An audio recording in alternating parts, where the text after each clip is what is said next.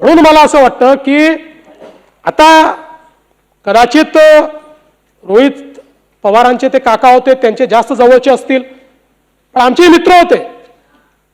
आणि मला तर असं वाटतं की कदाचित म्हणजे त्यांच्या जवळचे लोक सांगू शकतील की गेल्या 5-7-8 वर्षात तर जेवढी माझ्याशी मैत्री होती तेवढी कदाचित राजकारणात फार कोणाची असेल असं मला वाटत नाही.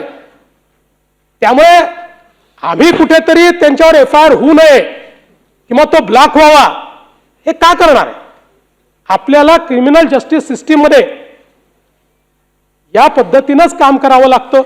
होतो ना, अगदी मी उदाहरण सांगतो की बावनकुळे साहेबांना बुक्की मारली, FIR होऊन जाईल, कारण ते हर्ट आहे.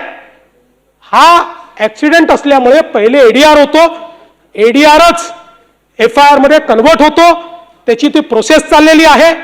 आणि मला असं वाटतं की ठीक आहे, आपल्या भावना तीव्र असल्यामुळे आपण राहुलजींना भेटलात, राहुलजींनी आपल्याला सांगितलं की तुम्ही कर्नाटकमध्ये जाऊन त्या ठिकाणी FIR दाखल करा.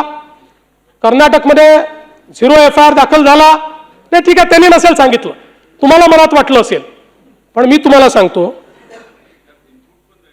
नाही द्या ना शेवटी, असं नाही द्या शेवटी, पण मी तुम्हाला सांगतो, आपण जर बघितलं तर याच्यामध्ये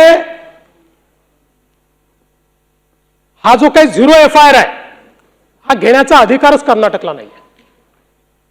इट इज इलिगल. याचं कारण 0 FIR च्या संदर्भातला नियम असा आहे की ज्यावेळी विक्टीम FIR करण्याच्या परिस्थितीत नसेल त्यावेळीच विक्टीमला 0 FIR करता येतो. जिथे FIR करायचा ज्यांचं ज्युरिस्डिक्शन आहे त्या ज्युरिस्डिक्शन मध्ये जर विक्टीम पोहोचू शकत नसेल तर 0 FIR होतो आणि तो 0 FIR हा त्या पोलीस स्टेशनला त्या ठिकाणी कन्वर्ट होतो. अशा पद्धतीनं 0 FIR घेण्याचं ज्युरिस्डिक्शन कर्नाटकला बिलकुल नाही. उद्या हे जे काही कर्नाटकने केलं आहे यात काय होणार? उद्या जर हीच पद्धत ठेवली तर आमचे विखे पाटील साहेब मुंबईच्या पोलीस स्टेशनमध्ये कर्नाटकच्या मुख्यमंत्र्यांच्या विरुद्ध 0 FIR नोंदवतील. आणि माझ्या दबावापोटी समजा नोंदला गेला, मी आणत नाही दबाव,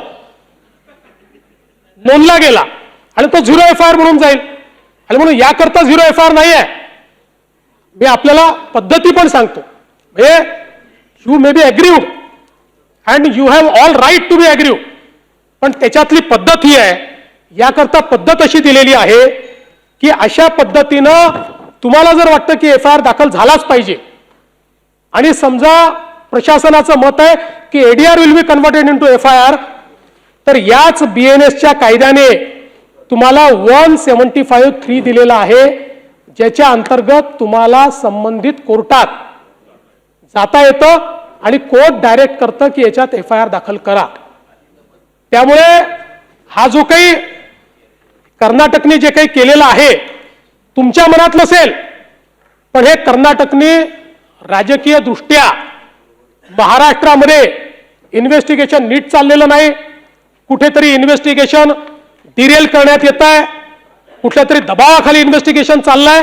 अशा प्रकारे महाराष्ट्राची मानहानी व्हावी म्हणून कर्नाटकने हा रजिस्टर केलाय. अन्यथा नाही, याला शेमचा विषयच नाही.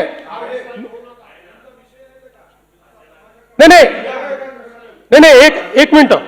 आणि म्हणून तुमची भावना नसली तरी खरं म्हणजे कर्नाटक मधल्या पोलीस स्टेशननी तुम्हाला हे सांगायला पाहिजे होतं की या ठिकाणी 0 FIR ची केस नाही आहे, कारण you have accessibility to the police station where it is registered, you have accessibility. आणि त्यांनी जर तो रजिस्टर केला नाही तर 175(3) च्या अंतर्गत तुम्ही कोर्टातनं तो रजिस्टर करून घेतला पाहिजे. पण मी तुम्हाला आश्वासित करतो, तुमच्या मनात शंका ठेवू नका, आकाश पाताळ एक करू, पण या केसमध्ये जर कोणाचा घातपात असेल, कोणाचा बाप असला तरी त्याला खोदून काढू, सहन नाही करणार.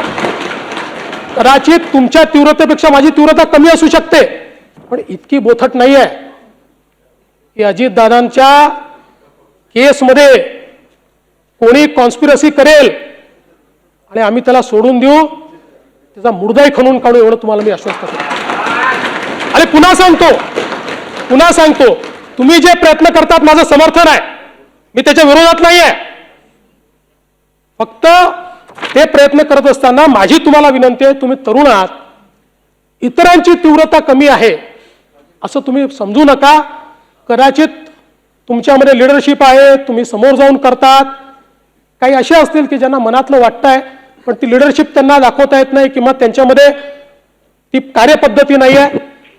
आणि म्हणून मी पुन्हा एकदा या निमित्ताने सांगतो की या संपूर्ण इन्व्हेस्टिगेशनमध्ये जे जे करावं लागेल, आणि आपल्याला माहिती आहे, आपण स्वतः मला पत्र दिल्यानंतर आपण त्याचा उल्लेख केला, जसंच्या तसं मी ते पत्र केंद्र सरकारला पाठवलं आणि केंद्र सरकारकडे त्याचा पाठपुरावा मी करतोय. आणि म्हणून निश्चितपणे या संदर्भात मला असं वाटतं की कोणत्याही परिस्थितीमध्ये आपण यात काहीही चुकीचं हे होऊ देणार नाही, हे या निमित्ताने मी आपल्याला सांगतो.